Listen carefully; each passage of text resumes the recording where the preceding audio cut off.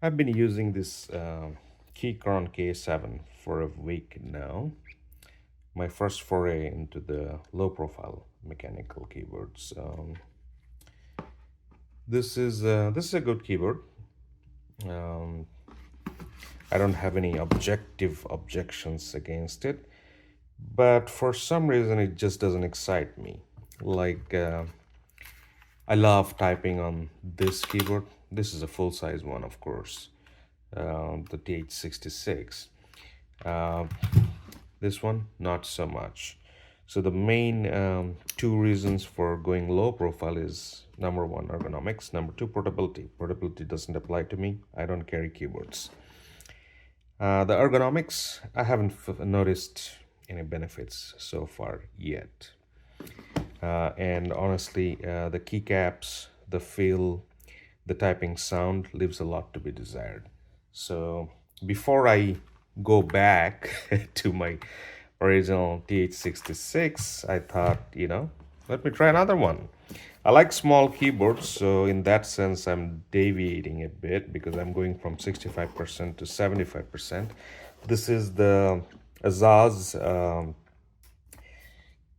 832 Pro. There are multiple variations of this AK832 Pro.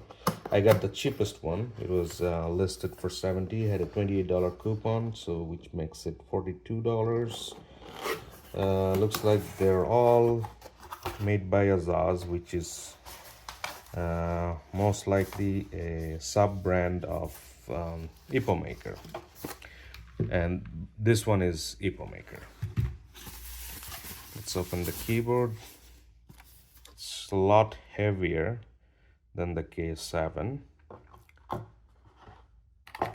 These are supposedly PBT double shot keycaps. I'll take off the keycap just to see. There is a USB A to C cable, not braided. Don't expect braided for this price. A keycap puller, no switch puller since this is not hot swappable. Manual booklet. Set those aside for now. This thing just okay, so this is a triple mode keyboard. So it's the 2.4 gigahertz dongle. There is a toggle switch for Mac versus Windows. 2.4 gigahertz USB Bluetooth toggle switch, USB-C port. That's in a rather unusual space. This is how the back looks. So it's transparent. It is gasket mounted. And essentially the case is two layers of ABS plastic, translucent plastic held together. No such thing here. This is if we take a look,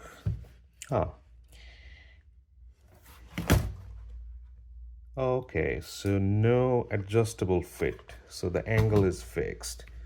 That's one negative right out of the box. Can it still be called low profile?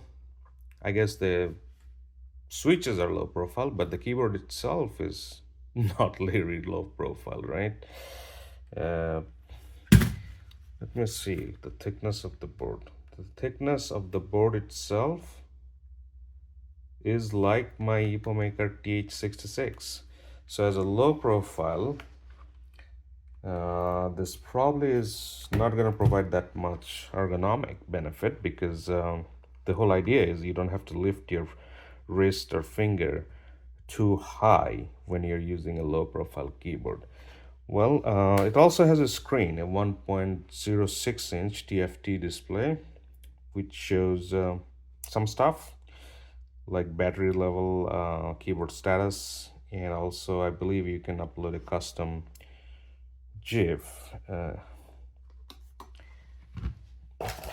Before I plug it in, I'm curious about the keycap. How come they're able to provide PBT double shot? Looks like it is double shot. What about this Keychron K7.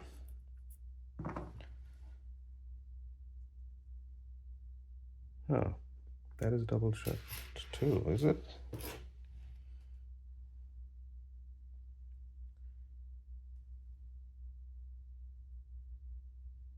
Can you focus?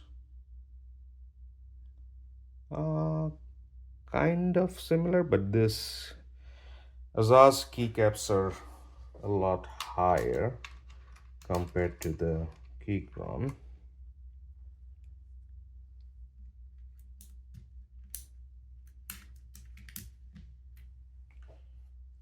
Let's plug it in. So plugged in, this is how it looks like.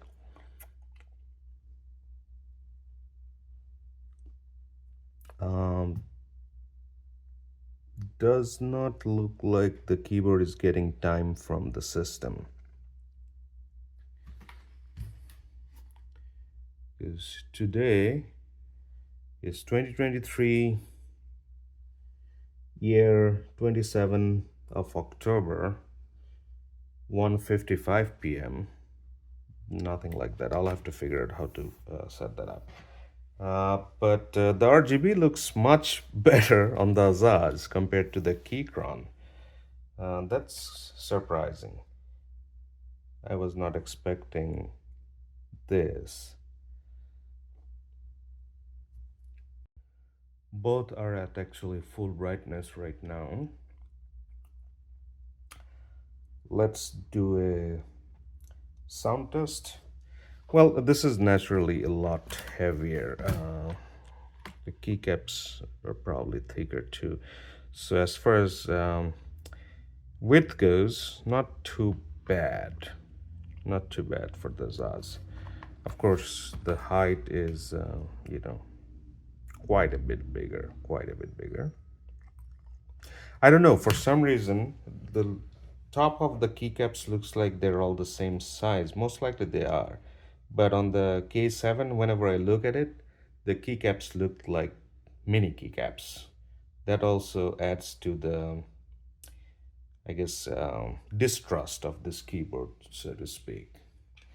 Let's do a sound test of the Ajazz, and we'll compare it with the Keychron.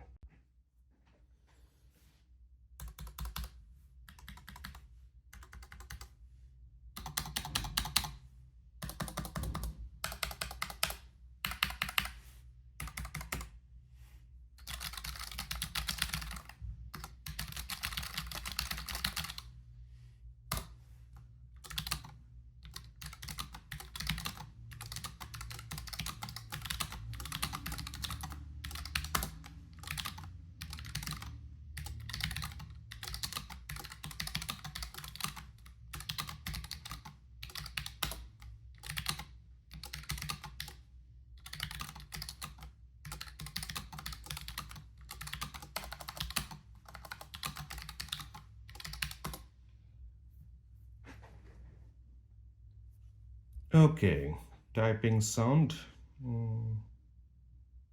Meh. Well, I mean, I guess nobody should be buying this for typing sound.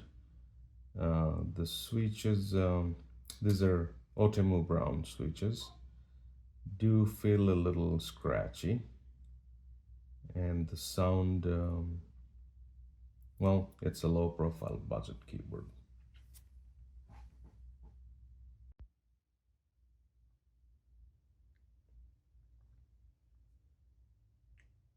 So here is the RGB light at full brightness for the first, the top one is the Ajazz AK832Pro.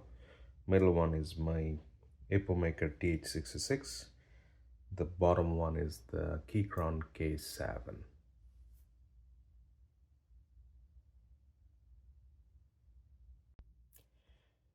I've been using this AK832Pro for almost a week now. Well, it works. I haven't found any problems. All the media keys work. RGB lighting is great. The screen, I'm convinced it's a gimmick, but does show some useful information, like whether it's in Windows mode, Mac mode, connection type, and also like caps lock, but it's not that useful.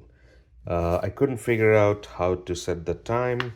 The manual, uh, although big in volume, uh, does not have any section on that.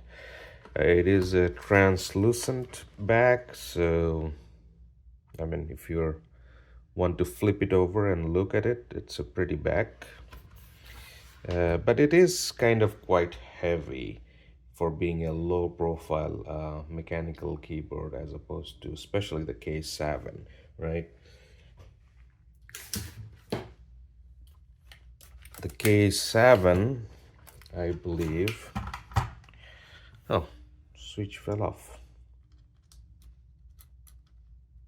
Oh, key fell off, rather.